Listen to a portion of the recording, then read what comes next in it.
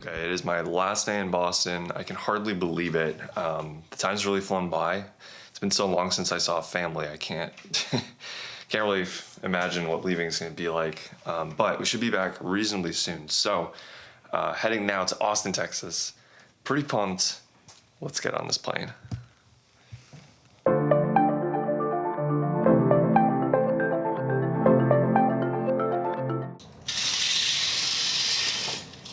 We are here. It's Wednesday, I believe.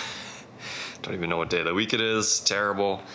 And just getting ready to get some lunch. Went on a run, showered, all that good stuff, and finally have Wi-Fi. Didn't get Wi-Fi till today.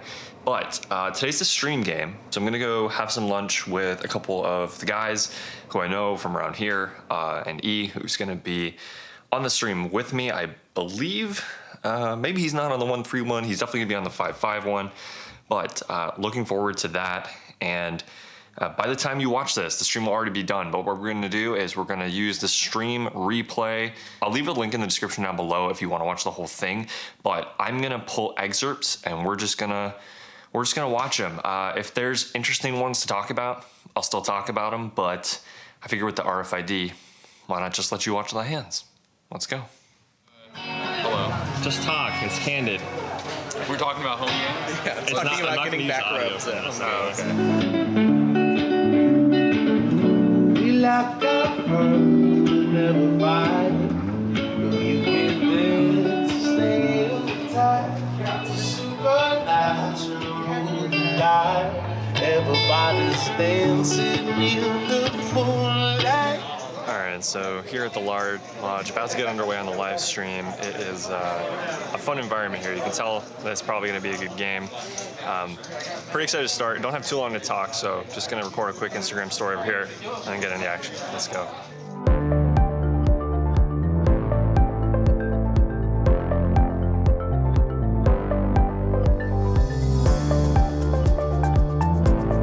Seat 6 is Matt Vaughan, coming in for 1,000. Getting started here, very first hand of the night, literally the first hand of the stream. We see an open from Chris L to $15 with the good old 8 deuce off. Now, I don't know if he misread it as 7 deuce off and just wanted to open it for the love of the game. The 7 deuce off game was not on, but I hear that some people in Texas do this love of the game thing. I'm a fan. Anyway, it's open to 15, and Bugatti looks down at the ace queen offsuit in the hijack and 3 bets to $65. Folds around to me, again, very first hand of the night, and I look down and read pocket kings. Now, definitely a 4-bet is going to be in order here. We're playing 1K deep to start, and basically everyone has 1K. We don't want to just be flatting and playing a small pot. I think when people 3-bet here, they don't often fold to a 4-bet, maybe especially in Texas. So I toss in a 4-bet to $225. Chris L, nothing he can do. He gets out of the way, and Bugatti continues with a call. And if you thought I was running good just getting kings pre-flop, hold on a second. I flop a set here on king 7 deuce 2-tone, and I'm first to act. Now, it's definitely tempting, I think, especially out of position to check this, but given how I'm the person in town who's sort of, on display, and the fact that Bugatti kind of just called me with maybe a little bit of a twinkle in his eye on the first hand, I thought we could get away with betting here. Bugatti just makes the call. The turn's the 4 of diamonds, which is basically a complete brick, and here we actually have less than a pot size bet behind. One of the nice things about playing a 4-bet pot like this is that it's really not that hard to get the money in. I could go for 3 small streets here and be all in very comfortably by the river, or I could just set up close to pot here on the turn. As I'm trying to figure it out, Bugatti is sort of bantering with me, saying that, there's really only one size, I may as well go all in. And while typically I don't let what the opponent wants me to do dictate what I do, I think it's an interesting spot because a lot of times players will sort of try to goad you into bluffing one more time if they have it here. And at this point, I have zero read on Bugatti, so I don't really know if he's comfortable talking with a strong hand, a weak hand. But in retrospect, I think he would do this with a strong hand or a weak hand, because with a strong hand, he doesn't mind facing the jam and will call off. And with the weak hand, if he faces the jam, it's a very easy fold. Whereas if I make it a much smaller size, he's actually in a tougher spot. But again, first hand of the night, I'm not parsing all this. I just decide to go for the jam. Now, he actually doesn't insta-fold with ace-queen, which is pretty interesting. In fact, I pre-tipped the dealer as a little bit of a needle myself, and then he tips the dealer as well, which is kind of hilarious because he doesn't actually end up calling the hand. He ends up just folding. But you can see that right away we're starting to develop some dynamics here at the lodge. During this session, I noticed that the 2 seats on either side of me were actually empty to start the game. They had their chip stacks in front of them as required, but they were a little bit late. maybe 30 to 45 minutes into the session, they sat down and joined us. As they got a little more comfortable at the table, they started to take their hoods off, reveal their identities, and it turns out they're actually old army buddies of Chi-Town Cat, who's a staple on the Lodge live stream, and indeed in the Lodge card room itself. It was a pretty cool moment to see. They hadn't seen each other for maybe 7-8 years, and the Lodge sort of helped facilitate this little meetup. It was really cool to see, just a really nice moment, and after thanking these guys for their service, we moved on to the next hand. In this next hand, Bugatti opens it up again from the hijack, and it sort of feels like we might be about to get into it once again, but the small blind wakes up with a hand and 3-bets to $85. While it seems likely I'll have to get out of the way, it turns out I've got a hand too.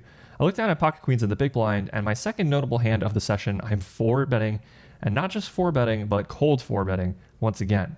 I put it in there for $300, and it's back on Getting It, who has to decide what to do.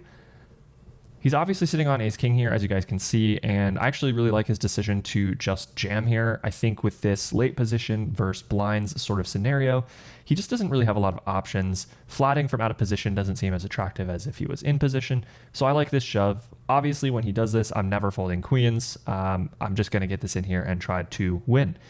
We decide to run 2 boards, and indeed, that's what I do. All I do is win. One interesting thing about the Lodge live stream game is that the Wednesday night game is a 1-3 game with a 1K cap, and then I don't think it's match the stack after that, but a 1K cap game, so it's pretty deep. Pretty much everybody's in there for 500 to 1K at the start. In addition to this, the straddle is not to $6, but is traditionally to $10. Now, I think you're probably allowed to straddle to any amount, but 10 is sort of the accepted norm here. So with a straddle to 10 and a couple of limps, I'm on the button with queen 10 offsuit, and we do sort of have a couple options here. With the button, an over limp wouldn't be tragic. It wouldn't be the worst thing in the world, but I think that we probably make more value out of this hand by sometimes getting heads up, sometimes just taking it down pre, and really just trying to not go 6 ways to the flop. So I make it $60, and, well,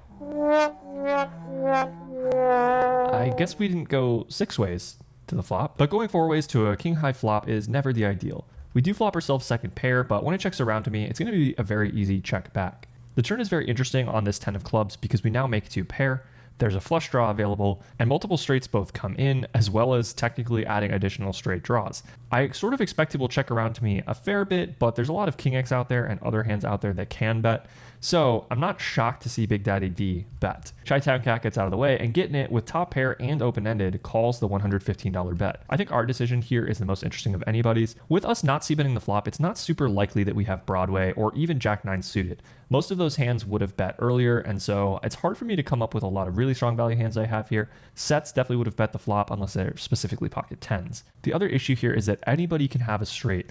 So when we talk about raising 2 pair here, we're potentially isolating ourselves against better or hands that have a ton of equity like king X of clubs, king jack, and so on. It doesn't mean raising would be a huge mistake or anything. I just didn't feel confident that it was the right decision, and I was happy to see a river card.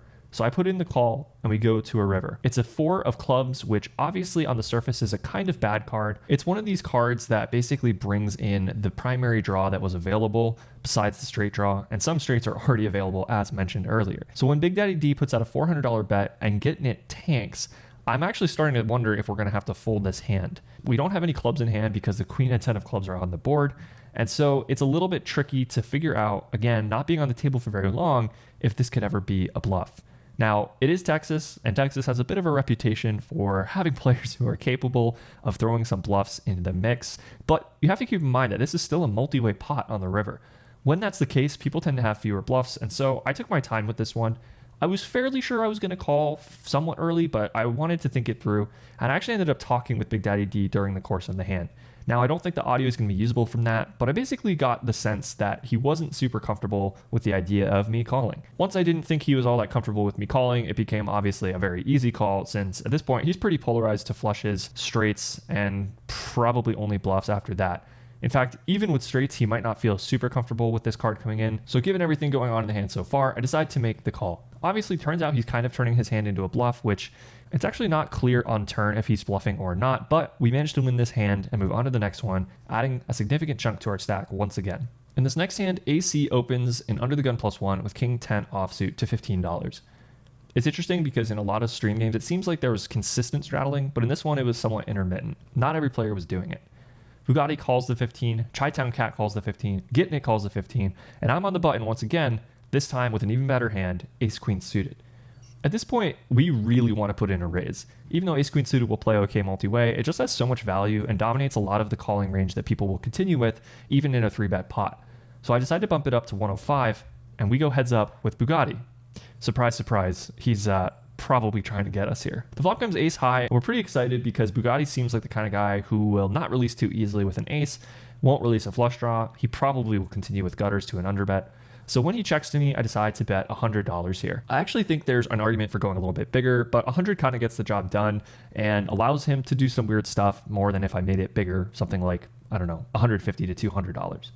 And in fact, this is what happens. Bugatti takes a hand, Jack 9 of hearts, that he has a backdoor straight draw and backdoor flush draw with, that he might be technically allowed to peel for a call in solver land with, but I kind of don't think so. And he just jams it. Obviously with ace queen of hearts here, we're going nowhere. It honestly just sort of confused me in the moment more than anything, and that's the only thing that made me take more than half a second to call. But I quickly call and show. He doesn't even want to show, which is usually a good sign for us, and when he turns over his cards, I was honestly pretty surprised. I knew he was going to be capable of stuffing it in a little bit light. I expected him to have a flush draw, open-ended, or maybe a gutter at some frequency, but the good old Jack 9 of hearts was not in the range I assigned him. We run it twice, but it doesn't really matter that much, seeing as I pretty much have it locked, 98% equity. Truly an insane welcome to Texas poker, and I'm sitting now on a 4K stack from a 1K buy-in. In this next hand, there's a straddle to $10, and Bugatti limps in first to act with Jack 10 offsuit for 10. Folds to me on the cutoff, and I've got another strong hand in position. It's going to be a very easy race here. I bumped it up to 60, sizing up a bit because Bugatti has just shown that he's not willing to fold. I think it's just a pretty standard spot here to go for a little bit more value than I typically would. As expected, Bugatti puts in the call, and we go heads up to a flop. A nice change of pace, kind of. Flop comes queen 6-4, and it's important to remember that this is not actually a 3-bet pot, even though it feels that way. So when he calls and the turn is a 6, it's actually not the best card in the deck. First of all, flushes come in, and even though we have the ace of spades, it's pretty likely that he has a lot of flush draws here. He's going to limp in with a ton of suited hands, and he's definitely not folding to this raise with them, given that he has Jack 10 offsuit. So on this card, even though we have the ace of spades and could apply a lot of pressure, it doesn't feel like he's really releasing much. Every queen in range is continuing. A 6 in his range may raise and put us in a tough spot, given that we have some equity but not tons if we're behind. And I don't even know if he's releasing a pocket pair with a spade, even if it's a small one. Now granted, that's not as bad because we have more equity versus hands like that, but I just thought that realizing my equity was going to be better, I check it behind. The river is a beautiful 7 of spades, and Bugatti checks. Now this is a pretty interesting moment because we don't think he's going to fold a lot of hands if he doesn't believe us too much, but this is a kind of rare spot with 4 to a flush on board and a paired board. We don't even technically have the nuts, and we can scare a lot of hands away when we have the ace of spades. I think it's a bit different than if we specifically had a boat here because we wouldn't block the ace of spades. The best he can have is the king of spades, the queen of spades is on board, and it's really a question of how much is he going to call with pretty much any spade in range. I'd rather target that than just target the very top versus a player like this who may give us action when we go pot or a little bit less, versus if we went over pot and only wanted to get action from, say, the king of spades. I decided to go for $200, which is just a hair under pot, and he snap calls. Obviously, he does have the jack of spades here, so it's a little hard to know how much more we could have gotten out of that specific hand. The commentators actually seem to think I should have bet a lot more, but honestly, I think my sizing is pretty good. We could consider going for an overbet, but I don't think it's necessary. It's all about what we're trying to target, and with the read I had at the time, it seemed like the better move. Moving on to the next hand, I wanted to show a couple hands that I V-pipped, but didn't really go my way. The reason for this is that during the course of the session, the commentators seemed to think that I was just kind of like playing standard, getting really lucky, and while this is definitely true for the most part, I tried to stay in the mix as much as I possibly could. For example, opening ace-6 suited under the gun, not really a standard play, but I decided to go for it, and we get multiple callers. Not shocked to see it. The flop comes absolutely atrocious for us. Queen 9-5, two-tone, none of our suit. You can see that right away we are not in the best of shape equity-wise, and even though we technically have a piece of it, that little 1% next to our name is actually going to be fairly common. It's often going to be the case that an ace is not good for us, particularly the ace of diamonds, and a 6 doesn't really allow us to even realize our equity when it is ahead. So I'm just planning to give up here. There's absolutely no way for me to barrel on anything but maybe a 7 or an 8, and even that seems pretty bad. So I check, it checks around to Bugatti, who bets 100 in the cutoff, and I'm just going to release here. In this next hand, Bugatti open limps from under the gun with 9-8 offsuit, which, as we've seen from his plays so far, is not super shocking. I wake up with ace-king offsuit in the hijack, and it's going to be a pretty easy raise. Sticking with a theme, I make it 25, a little bit bigger than I typically would. We get a cold call from Old Habits with Queen 7 suited in the cutoff, a call from Big Daddy D on the button with Ace 6 of spades, and of course, Bugatti calls as well. He's going nowhere. The flop comes out Queen Jack 4 with 2 diamonds. With the ace of diamonds in hand, 2 overs and a gutter to Broadway, I think this is a hand I could consider c-betting, especially if I had ultimate position on the button. But given there are 2 players to act behind me, I don't feel as confident that that's the best play. Old Habits bets 40. Bugatti finds the call with the dominated gutter, and at this point, I think we have a pretty easy continue as well. The pot's ballooning, and I think that we're going to be able to get some pretty good value if we make a 10 especially, and we might be able to apply pressure with check raises on a diamond. Alternatively, it may just check down on the turn, and we may be able to get a street when an ace or a king comes off. However, it's the 5 of spades, and at this point, we kind of have to be just hoping it checks through. Bugatti checks, I check. Old Habit says he's not done betting his top pair, and he goes for one more bet, this time a bit bigger compared to the pot, $120. Bugatti folds now, and I think we have to follow suit here. We just don't have enough equity to continue, and we don't have a hand that's a good candidate for check raising now. I let it go, and he's going to win this one. Our first somewhat significant loss of the day. In this hand, Chris L opens to $40 over a $10 straddle, and AC 3-bets the King 7 suited in the hijack to 100. Pretty interesting isolation raise choice, but I don't mind the combo choice if you're trying to play a pretty wide range for stream purposes. You want to VPip more hands because it allows you to be more attractive to viewers, and it's just more fun to watch, and honestly sometimes more fun to play this way. However, folds around to Russell in the big blind, who just cold calls with pocket 9s. I'm in the under the gun straddle for $10, and I actually look down at pocket 10, so we have a pretty interesting decision here between squeezing and cold calling. I think that squeezing could be pretty okay, but I wasn't confident because we're at a somewhat awkward stack depth. We're probably needing to look at something like $450 to maybe even $500. Given that's almost half of AC's starting stack, I don't think that's really going to work too well, and we're just going to have to call off if he jams. I didn't feel confident at all in what his range looked like yet. Seeing the ace king 7 suited is kind of unfair here because I had no info on that yet. Given that Chris L won't find many 4-bets in this configuration, I figured that calling couldn't really be bad. I'm mostly set mining, but on some boards I can put in more action as needed. The flop comes one of those boards where I might need to put in a little more action. 5-5-4. Checks to AC, who now has a flush draw and a very easy c-bet. He goes for $160. Russell here with a small overpair is actually in a kind of tough spot. When he gets cold called from behind by me in the next seat, I'm actually going to have a stronger hand than him, pretty non-zero. And AC c-betting into multiple opponents usually won't have worse than a flush draw or ace king. So I actually don't really hate his fold. If he had called, I would have been in a similarly tough spot. However, I think with 10s here, we're just a little too strong, and AC's going to have plenty of bluffs in this spot. I make the call, and Chris L gets out of the way. The turn is a 8 of clubs, and I continue the plan of trying to get to showdown here. I check. AC actually picks up a gutter here and makes an interesting choice to not continue. I think AC should probably be continuing to barrel here. It's going to be the most effective way to win the hand if he can potentially barrel 3 streets. And even though he blocks some of the hands he wants me to have, like flush draws that would maybe fold river, he can apply a lot of pressure to hands that I have like this one. But he just checks it back, and the river is the queen of clubs. I'm not too worried about clubs simply because he didn't barrel turn, and I think those are some of the hands that he would barrel at a highest frequency. I check.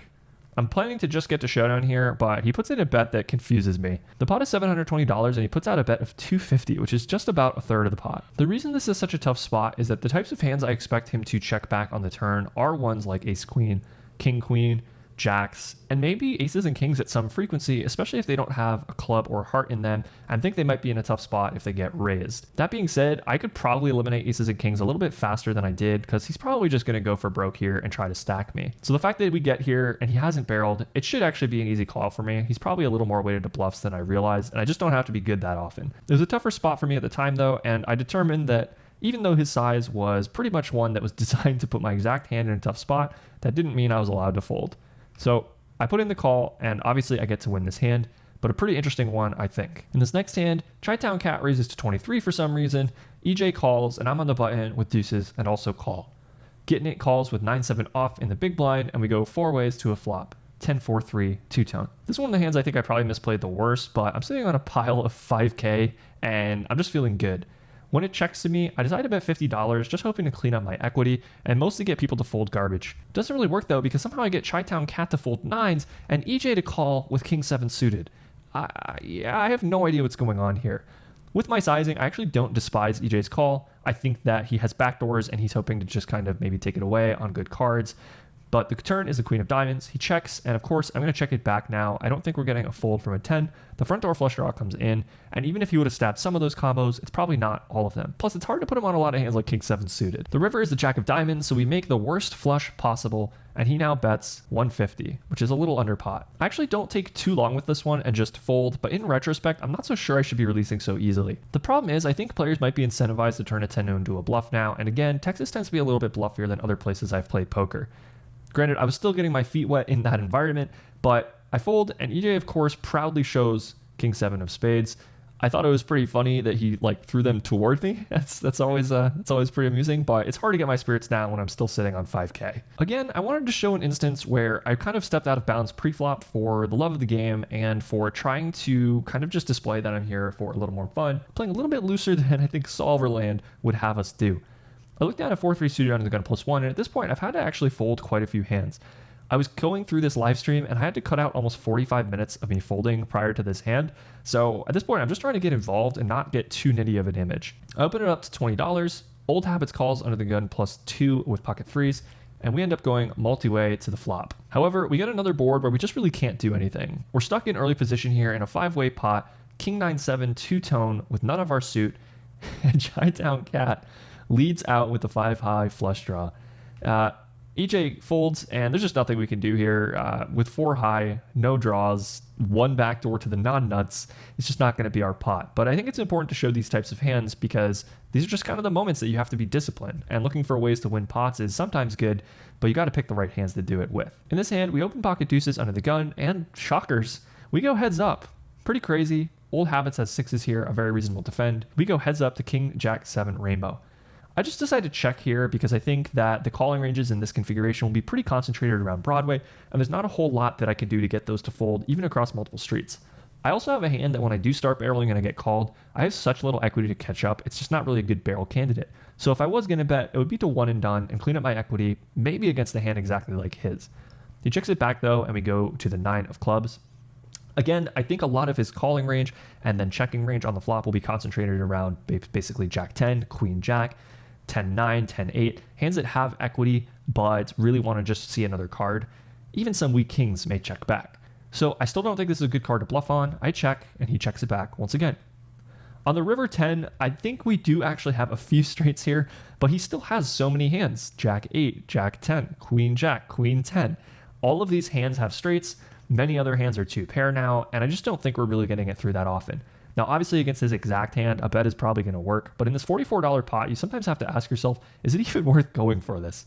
I decide no and check, and he, of course, very happily checks it back with 6s and takes it down. At this point, you can see that I am 4K up on the session so far, still some poker left to be played. I open it up with pocket 7s under the gun +1 to $20. Yeah, this was the size that seemed to be the most effective with a $3 big blind. AC is in the cutoff and looks down at pocket kings, bumps it up, of course, to 90. Now, this is actually a pretty tricky spot because if you look at the stack that AC started with, we're not getting an incredible price to set mine.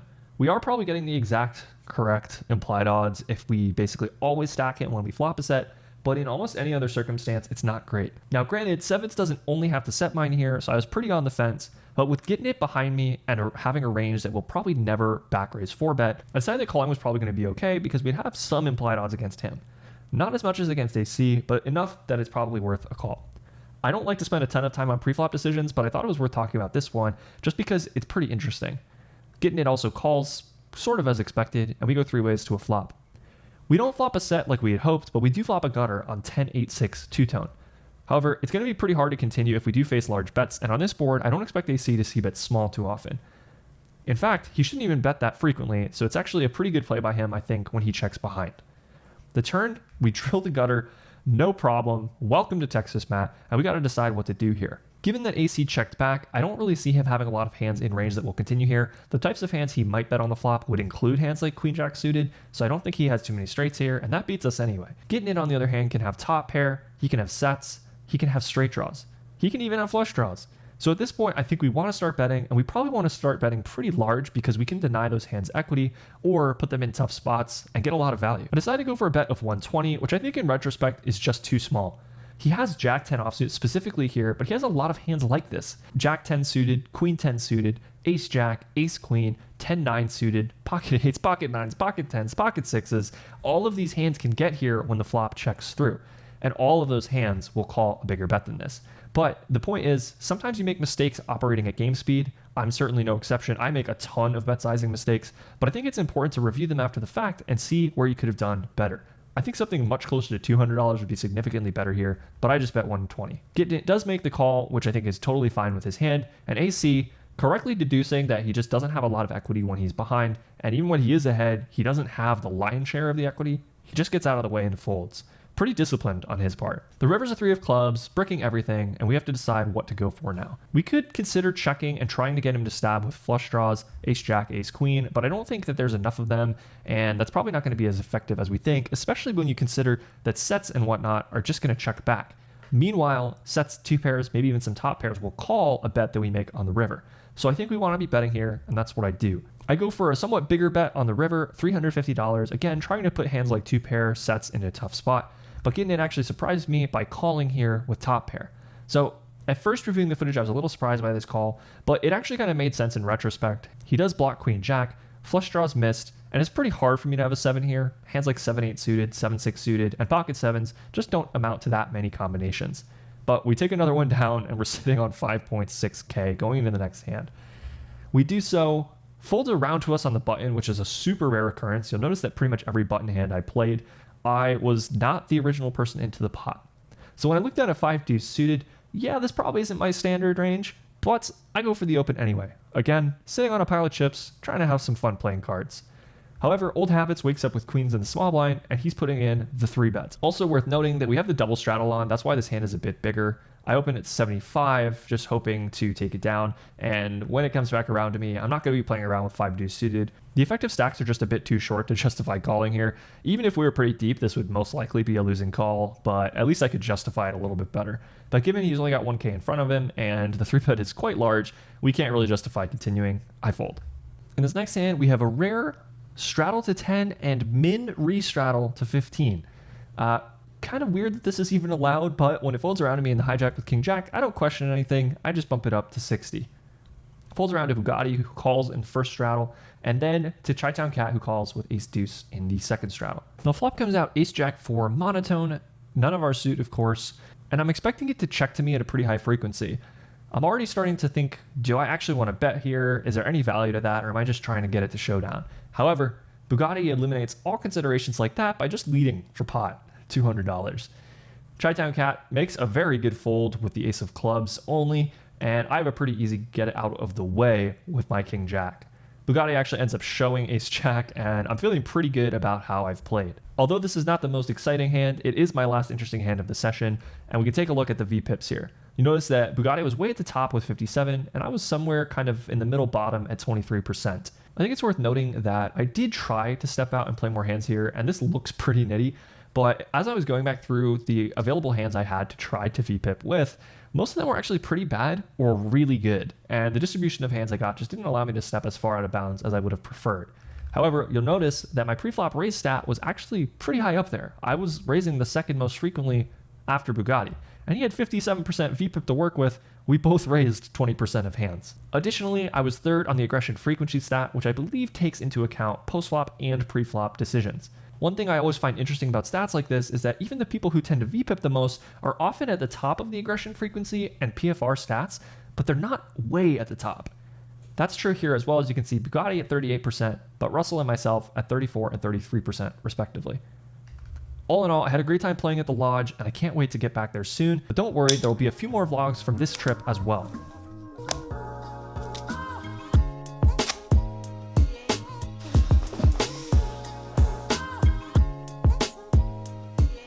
In for 1,000, out